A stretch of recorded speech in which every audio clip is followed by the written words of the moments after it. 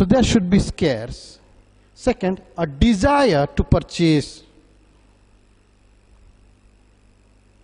I have a desire to purchase an Audi car. Is it demand? No. Why? Because I don't have ability to pay. So I should have a desire, I should have ability, the goods should be scarce. These are the other factors, and the goods should be available. I am ready to pay for vaccine for coronavirus. Is it a demand? No. Why? Because there is no availability. It's not available, yet to be discovered. Then comes transferability. The commodity should have transferability qualities also. You are a student, but you say, sir, I want to teach and I want to enjoy a salary. Transfer your qualification to me. I will pay. Can I transfer my qualification to you? You are ready to pay, you desire everything. Because the knowledge doesn't have the attribute of transferability. So demand for a commodity means you should have a desire, availability, transferability. Should be scarce, yet available, ability to pay in ready or in installments, ready to pay.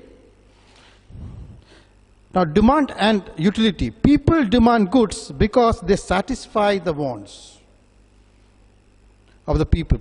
People demand goods because that satisfy the wants of the people. The utility means the amount of satisfaction which an individual derives from consuming a commodity. It is also defined as want satisfying ability of a commodity. Now let us come to today's topic. Now I'm coming to my topic.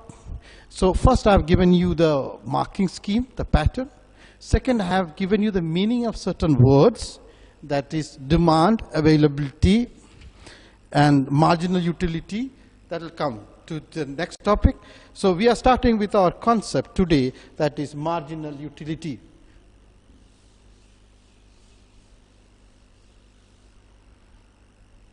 I am introducing the topic today, that is marginal utility, which is very important.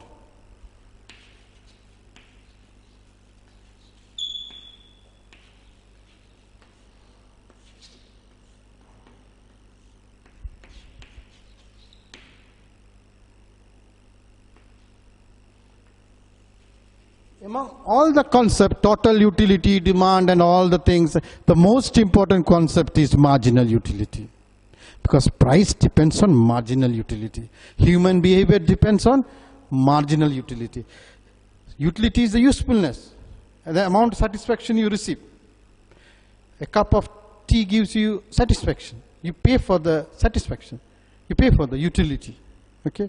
Now, the utility that an individual receives from consuming a certain amount of a particular good or service is referred to that as total utility. Total utility you received from eating today, and that is written as total utility.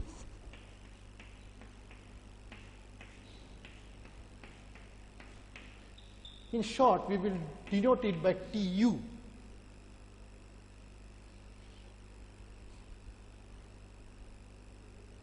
Total utility. Now comes, then what is marginal utility? The marginal utility of a good or service is the addition to total utility that an individual receives from consuming one more unit of that good. Marginal utility is the utility you receive by consuming one more unit of that, that commodity. That is more important. Marginal utility means one more. I want to repeat with me. Marginal means one more. Your behavior depends on this one more.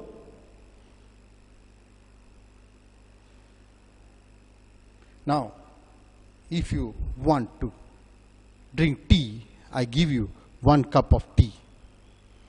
You're satisfied. Evening time, you get 1 cup of tea. You're satisfied. Your satisfaction level is very high. You are ready to pay 10 rupees.